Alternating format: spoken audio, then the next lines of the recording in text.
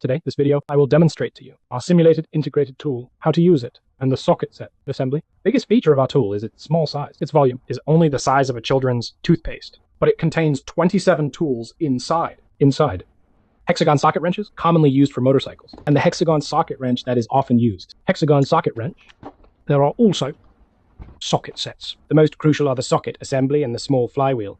It all includes in its interior in this way. It can achieve the function of basically replace all of them, the functions of these three tools. So I will show you how it works, how it is done. Our tools are all inside this barrel body of tools. The head is this, 45 teeth, two-way ratchet. They are all made of super hard alloy steel. The 45 steel heated barrel body represents its super torque. Don't worry, like those plastic handle tools on the market, it can twist a lot of torque. In the future video, I will show you how much torque it can generate. Now let's take a look at its interior. Tools are all stored inside the barrel. If you unscrew the lid, the tools will be shaken out from inside the hollow barrel body, and then the tool components are like this, as shown in the figure. The upper part is the socket assembly.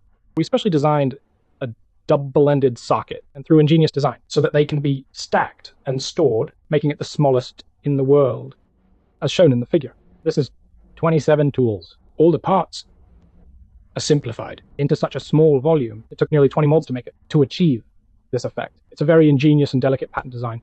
The upper part is the sleeve assembly. The bottom part is the bit assembly. This bit assembly is a component that replaces hexagon and Torx bits, and also a component of a flathead. Now I will demonstrate the sleeve part first. The sleeve, we have a total of 9 models of sleeves. Number 6 to number 14, a total of 9 models of sleeves. The socket of number 6 is in the center of this bit assembly. In the middle, this is number 6. It also serves as a adapter for the bit adapter, and this is the socket assembly after pulling out the extension rod. All the sleeves can be loosened.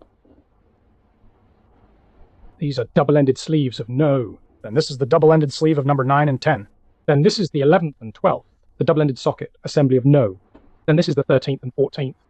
When using it, press it to the quick release on top. Just turn this knob, double head switch, and switch freely when the length is not enough. Use our extension rod to insert. Then it can be used for the extended design. When storing the sleeves, there will be marks on this extension rod. At that time, you can follow the marks on it to store these sleeves, because you may not remember it, so you may need to remember it slightly. That's it. Okay, the 6th one is stored here, but it can also be used as a P-head adapter.